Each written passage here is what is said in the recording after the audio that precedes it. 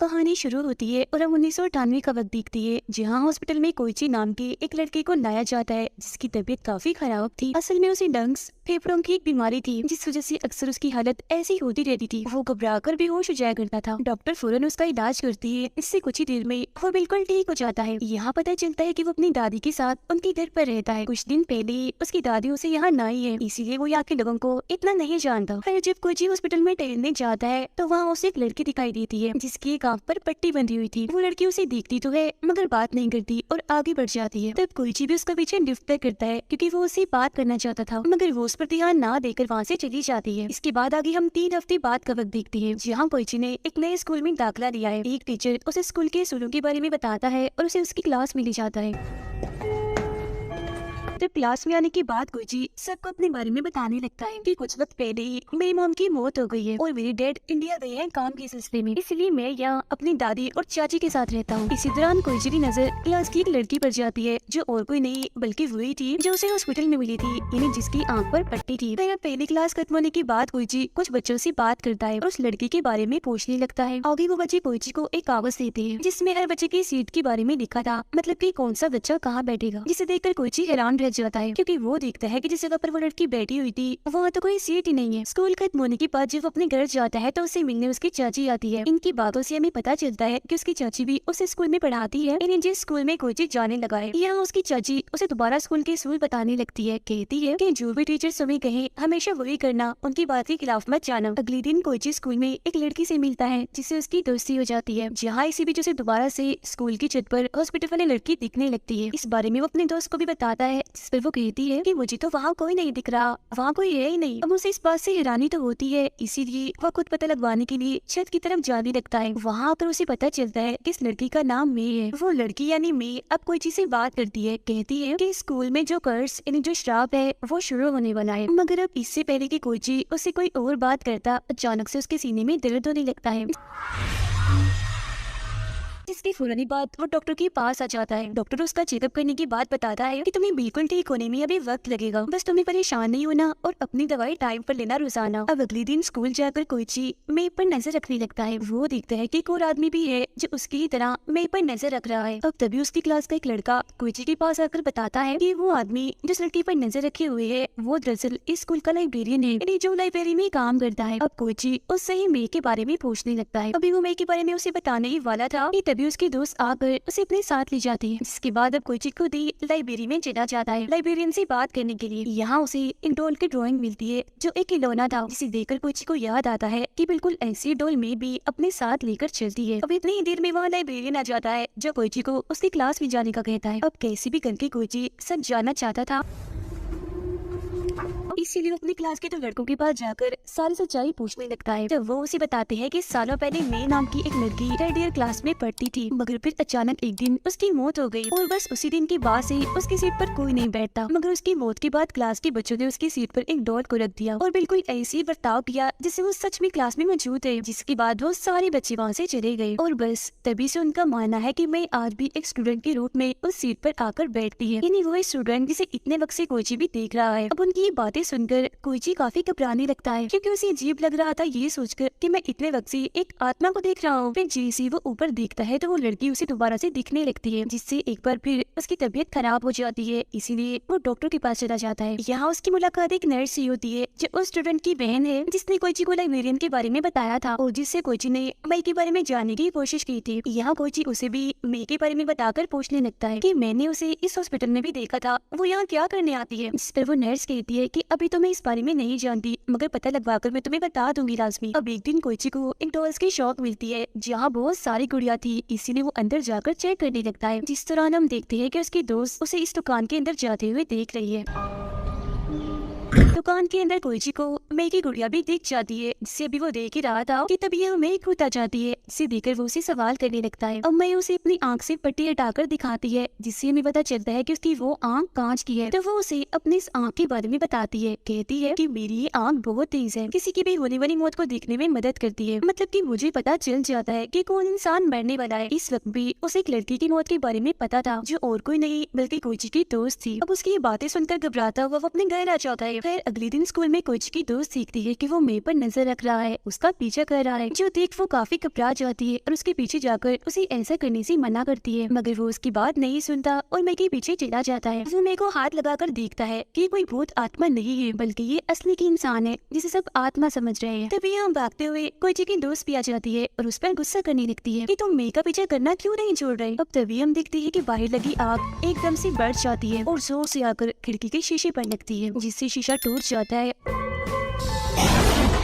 और कांच सीधा आकर कुछ की दोस्त की गर्दन में घुस जाता है। और वो कांच का टुकड़ा तेजदार नुकीला था, जिससे उसका बहुत सारा खून बह गया था, इसीलिए उस बेचारी की मौके पर ही मौत हो जाती है। अब जैसे कि मैंने उसकी मौत को देखा था तो वो सच में मर गई। इसी बीच मैं अपने उस आंख से देखती है कि उस लड़की की लाश के आसपास बहुत सारा खून जैसा लिक्विड निकल रहा है,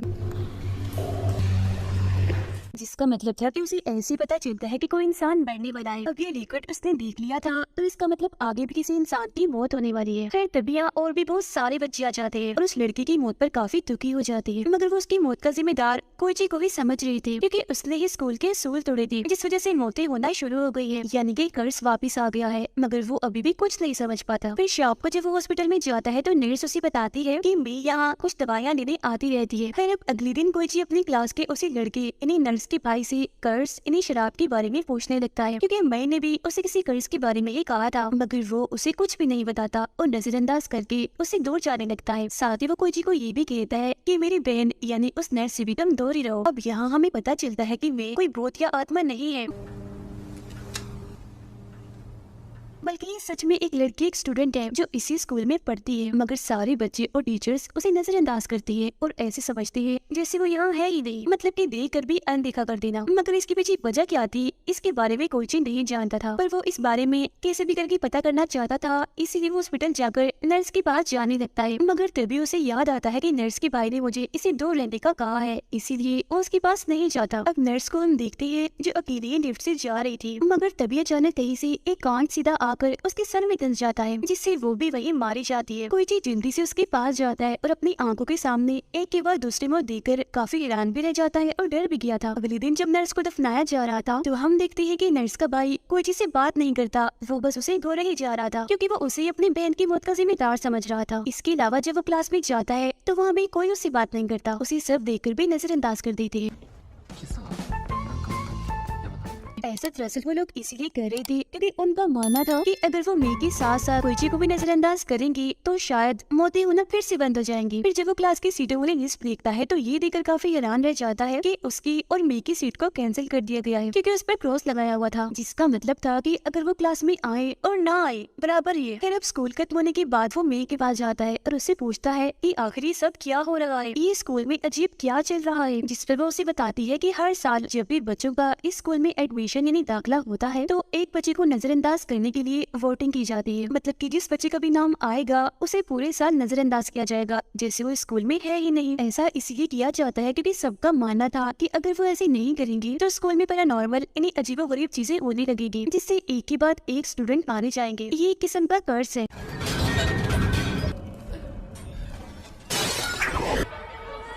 और जिस साल मैं थी तो एक लड़की को नजरअंदाज करने के लिए चुना गया था, मगर वो डर रही थी इसीलिए उसने मना कर दिया। अब किसी को तो नजरअंदाज होना ही था तो उसकी जगह मैंने अपना नाम लिखवा दिया और बस तभी से सारे लोग मुझे नजरअंदाज करने लगे हैं। अभी सुनकर भी कोची को कुछ समझ नहीं आती, क्योंकि वजह अब तक उसके सामने नहीं आई थी कि आखिर स्कूल वाले ऐसा करते ही क्यों हैं। अब दोनों को ही नजरअंदाज किया जा रहा था, जिसका वो खूब फायदा उठा रही थी, क्योंकि क्लास छोड़कर वो घूमने निकल जाती थी, जिस वजह से अब उन दोनों भी अच्छी दोस्ती भी हो गई थी। अब मेरे को भी सच्चाई पता नहीं थी तो ये लोग सच जानने के लिए लाइब्रेरियन के पास जाती है, जहाँ अब वो इन्हें बताता है कि काफी सालों पहले यानी 1972 में मैं 3rd ईयर क्लास का टीचर हुआ करता था, जहाँ तभी अचानक एक बच्चे की रस्सी से लटकने से मौत हो गई। किसी को कुछ समझ नहीं आया कि आखिर उसकी मौत कैसे हो गई, और जो बच्चे उसके साथ पढ़ती थी उनको तो यकीन आ ही नहीं रहा था कि वो मर गई है, वो इस चीज को कबूल ही नहीं कर रही थी, इसीलिए वो ऐसे दिखावा करने लगी थी जैसे वो भी जिंदा है। यहाँ तक कि उन्होंने उसके लिए क्लास में अलग सीट भी लगा रखी थी।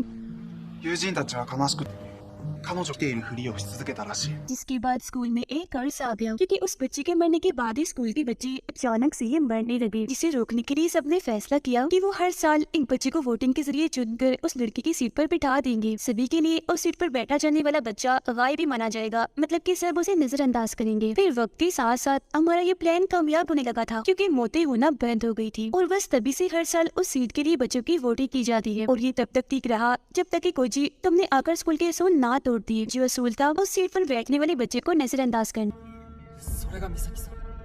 मगर कोची ने उस सीट पर बैठने वाली लड़की मेरे को नजरअंदाज नहीं किया, इसलिए कर्ज वापस आ गया, जिससे अजीबोगरीब चीजें होना शुरू हो गई है, जिस वजह से मोती होने का सिलसिला भी दोबारा से शुरू हो गया है। ये सब जानकर दोनों ही काफी हैरान रह जाती है, मगर वो फैसला करती है कि हम इसे हल करने का कोई तरीका ढूंढ निकालेंगे। अब लगातार नजरअंदाज होने की वजह से कोची परेशान रहने लगा था। उसे लग रहा था कि कहीं मैं सारी मौतों का जिम्मेदार तो नहीं। अब उसकी परेशानी देखकर मैं उसे चेक करती है कि कहीं वो एक्स्ट्रा लिविंग पर्सन तो नहीं, मतलब कि ऐसा इंसान जिसे बहुत पहले मर जाना चाहिए था मगर वो अभी तक जिंदा है और उसकी वजह से ही लोगों की मौतें हो रही हैं। और अगर वो मर जाए तो कर्ज खत्म हो जाएगा, यानी कि मैं एक्स्ट्रा लिविंग को भी देख सकती है। उसे पता चल जाता है कि कोची एक्स्ट्रा लिविंग नहीं है और ये सब कुछ भी अपनी आंख के जरिए ही देख सकती थी। अब हम स्कूल के एक टीचर को देखते हैं जो इस वक्त अपने घर पर थे। वो अपनी वाइफ को खाना खिलाकर बर्तन उठाकर ले जा रहे थे, मगर तभी अचानक उनका पैर फिसल जाता है, जिस वजह से उनके हाथ में जो चम्मच था वो उनकी आंख में घुस जाता है, जिससे उनका इतना खून बहता है, इतनी तकलीफ होती है कि मौके पर ही उनकी मौत हो जाती है। इसके बाद उस स्कूल की एक बच्ची को हम देखते हैं जो साइकिल पर बैठकर कहीं जा रही थी, मगर तभी अचानक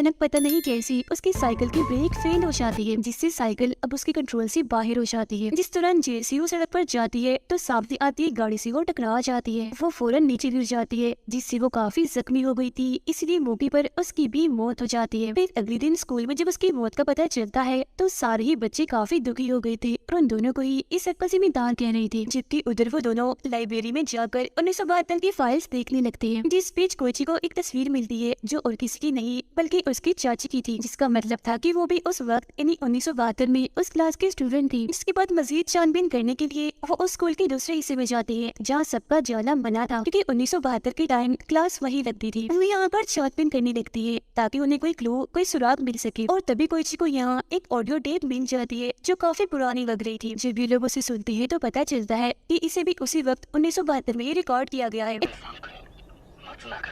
जब स्कूल में मौतें हो रही थी, ऑडियो में एक लड़का बता रहा था कि अगर वो एक्स्ट्रा लिविंग पर्सन को मार देंगे तो ये कर्ज खत्म हो जाएगा। इसके बाद आगे वो लड़का बताता है कि एक बार मेरी भी लड़ाई एक एक्स्ट्रा लिविंग इंसान से हो गई थी, इसमें मैंने उसे मार दिया। ऐसा होते ही कर्ज रुक गया और अगले ही दिन मरने वाले इंसान को हर कोई भूल गया कि वो कौन था। अब क्योंकि मैं हर वक्त अपनी कांच वाली आँख को ढक कर रखती थी, इसीलिए उसे कभी भी एक्स्ट्रा लिविंग इंसान नहीं दिखा। इसीलिए अब उन्हें कुछ भी समझ नहीं आती कि भला एक्स्ट्रा लिविंग इंसान कौन हो सकता है जिसे हम मारकर इस कर्ज को खत्म कर सकते हैं। अब कोची की चाची समझ गई थी कि वो दोनों बेकसूर हैं, इसीलिए वो उन दोनों को क्लास में बुलाती है और सबको कहती है कि हम इन्हें नजरअंदाज कर रहे हैं, मगर मौतें तो अभी भी हो रही हैं, जिसका मतलब है कि इनका कोई कसूर नहीं है, ये एक्स्ट्रा लिविंग नहीं है। और हाँ, कल हमारा स्कूल एक ट्रिप पर जा रहा है जिसके लिए सब तैयार रहे। अब अगले दिन सब बच्चे ट्रिप के लिए स्कूल के दूसरे कैंपस में रुकते हैं, जहाँ जब कोची और मैं खाना खा रहे थे तो उनकी दो साथी खाना खाने के लिए उनके साथ आकर बैठ जाती है, क्योंकि उन्हें भी अब लग रहा था कि ये दोनों बेकसूर है, इनकी वजह से कुछ नहीं हो रहा। मगर तभी यहाँ एक लड़की आकर मेरे को बातें सुनाने लगती है, कहती है कि तुम कसूरवार हो, सारी मौतें तुम्हारी वजह से ही हो रही हैं, जिस पर मैं उनसे अपनी गलती ना होते हुए भी माफी मांगती है। इसी बीच हम नर्स के भाई को देखते हैं जिसे उन दोनों पर अभी भी शक था, जिस वजह से वो चुपचाप कोची का बैग चेक करने चला जाता है, जिसमें उसे वही ऑडियो टेप मिल जाती है। वो उस टेप को खुद भी सुनता है और अपने कुछ दोस्तों को भी सुना देता है, जिसके बाद वो प्लान बनाते हैं कि हम कोची और मेरे को मार देंगे, क्योंकि हो ना हो वो एक गुनहगार है, मतलब कि वो ही एक्स्ट्रा लिविंग पर्सन है। जहाँ इसी बीच दिखाया जाता है कि कैंपस में अजीबोगरीब चीजें होना शुरू हो गई है। मैं भी अपने आंख पर से पट्टी हटाकर घूम रही थी ताकि वो देख सके कि कौन एक्स्ट्रा लिविंग है। जी हाँ, तभी उसके पास कोची की चाची आ जाती है, जिसे मैं बड़े गौर से देखने लगती है, क्योंकि उसे पता लग गया था कि एक्स्ट्रा लिविंग और कोई नहीं बल्कि ये है, यानी कोची की चाची। वो इस बारे में कोची को बताने ही वाली थी कि तभी इधर एक लड़का आकर बताता है कि अभी अभी एक लड़की की मौत हो गई है, जो सुनकर वो फौरन ही उसके साथ जाने लगती है। अब कोची की सीने में दोबारा से दर्द होने लगता है, इसीलिए उसे भागा नहीं जाता, जिस बीच तभी उसे कोई एक कमरे से बुलाने लगता है, इसीलिए वो उस कमरे की तरफ ही जाने लगता है चेक करने के लिए कि आखिर वहाँ कौन है। उधर मैं और वो लड़का जब जा रही थी तो उन्हें रास्ते में वही लड़की मिलती है जिसने पहले भी मैं से बदतमीजी की थी। वो एक चीज से जेसी मे पर हमला करने लगती है तो उसके साथ वाला लड़का आगे आकर उसे रोक देता है, जिसके बाद वो उसके पीछे पड़ जाती है। तो वो लड़का अपनी जान बचाने के लिए खिड़की से कूद पड़ता है, मगर बदकिस्मती से वो मेन तार में फंस जाता है। उसे इतनी जोर से बिजली के झटके लगते हैं कि उस बेचारे की मौत हो जाती है। ये देखकर मे काफी घबरा जाती है और वहाँ से दूर भागने लगती है। वो लड़की भी उसके पीछे पड़ जाती है ताकि वो मे को मार सके, मगर तभी रास्ते में कहीं से एक तेजधार तार आ जाती है, जिससे उस लड़की का सर कटकर जिस्म से अलग हो जाता है, जो देखने में काफी भयानक लग रहा था। नर्स का भाई अपनी बहन की मौत का बदला लेने के लिए चाकू से कोची पर हमला करता है, जिससे वो कट मार कर कोची के चेहरे को जख्मी कर देता है, मगर तभी पीछे से मई आकर उसके सिर पर एक बर्तन से वार कर देती है, जिससे वो नीचे गिर जाता है और ये दोनों भी यहाँ से चले जाते हैं। उनके जाने के बाद नर्स के भाई को इतना गुस्सा आ गया था कि वो सारे सामान को तोड़ने लगता है, जिस वजह से उनका गैस पाइप लीक होने लगता है। आग लग जाती है जिससे वो काफी बड़ा धमाका हो जाता है, जिसमें नर्स का भाई भी मारा जाता है। जिसके बाद वो दोनों बाकी बच्चों के पास जाकर उन्हें कैंपस से बाहर करने लगती है, क्योंकि आग फैलती जा रही थी। मई कोची की चाची का पीछा करती है ताकि वो उसे मारकर कर्ज यहीं पर खत्म कर दे, क्योंकि वो जान चुकी थी कि वो एक्स्ट्रा लिविंग है। सब लोग जब बाहर आ जाते हैं तो कोची देखता है कि मई और उसकी चाची वहाँ पर नहीं है, जिसके बाद वो और लाइब्रेरियन उन्हें ढूंढने दोबारा कैंपस के अंदर जाती है। अंदर आकर वो देखती है कि मई कोची की चाची को मारने की कोशिश कर रही है। तब लाइब्रेरियन उसे बचाने के लिए मई को पकड़ लेता है और फिर मौके का फायदा उठाकर उन्हें वहाँ से ले जाता है। अब मई और कोची भी उनके पीछे जाती है। जो मई अपने उस आंख से देखती है कि लाइब्रेरियन और कोची की चाची के पास खून जैसा लिक्विड चल रहा है, जिसका मतलब था कि अब मरने की बारी उन दोनों की है। तभी अचानक लाइब्रेरियन का पैर फिसल जाता है और वो नीचे जाके गिरता है। नीचे तो पहले ही आग फैली हुई थी, जिसमें गिरने से उसकी मौत हो जाती है। जहाँ इसी बीच कोची की चाची भी दीवार से लटक जाती है, जिससे बचाने के लिए कोची आगे बढ़ता है, मगर मई देखती है कि अगर उसने अपनी चाची को बचाने की कोशिश की तो वो भी मारा जाएगा। इसीलिए वो यहाँ बता ही देती है कि वो एक्स्ट्रा लिविंग इंसान कोई और नहीं बल्कि तुम्हारी चाची है। जो सुनकर उसकी चाची समझ जाती है कि अब मुझे क्या करना है जिससे कर्ज खत्म हो जाए। वो कोची से हाथ छुड़ाकर खुद ही आग में कूदकर अपने जान दे देती है, जिसके बाद अब ये दोनों भी वहाँ से बाहर आ जाते हैं। यहाँ दोबारा से तबीयत खराब होने की वजह से कोची भी होश हो जाता है। फिर जब उसे होश आती है तो वो हॉस्पिटल में था, तो वहाँ उसे मिलने मई आती है और बताती है कि अब तुम्हारी चाची के मरते ही कर्ज खत्म हो गया है और सब उनको भूल गई है, बिल्कुल वैसे ही जैसे 1972 के टाइम में हुआ था। क्योंकि पुराने टेप तो जल गई थी, इसीलिए वो आगे के बच्चों के लिए नए टेप में एक रिकॉर्डिंग करती है। इसलिए वो बताते हैं कि अगर कर्ज दोबारा से शुरू हो जाए तो क्या करना है। इसके बाद कोची अपनी दादी के साथ अपने डैड के पास जाने के लिए तैयारियां कर रहा होता है। जाते जाते वो मेरे को अलविदा कहने भी आता है। इसके बाद हम आखिर में 2012 का वक्त देखते हैं, जहाँ स्कूल में एक लड़की को कोची और मेरी रिकॉर्ड की हुई टेप मिल जाती है। साथ ही हम देखते हैं कि उनकी क्लास का टीचर और कोई नहीं बल्कि लाइब्रेरियन था, जो कि 14 साल पहले आग में गिरा तो था मगर वो बच गया था, जिसका मतलब था कि ये कर्ज फिर से शुरू हो गया है, क्योंकि उसे मर जाना चाहिए था मगर वो नहीं मरा, अभी भी जिंदा है। इसका मतलब था कि अगला एक्स्ट्रा लिविंग पर्सन ही लाइब्रेरियन है, मगर इसके बारे में पता कैसे चलेगा, क्योंकि वो तो बस मैं ही देख सकती थी। इसका मतलब था कि अब दोबारा से मौतें होना शुरू हो जाएंगी और इसी के साथ ही कहानी इधर ही खत्म हो जाती।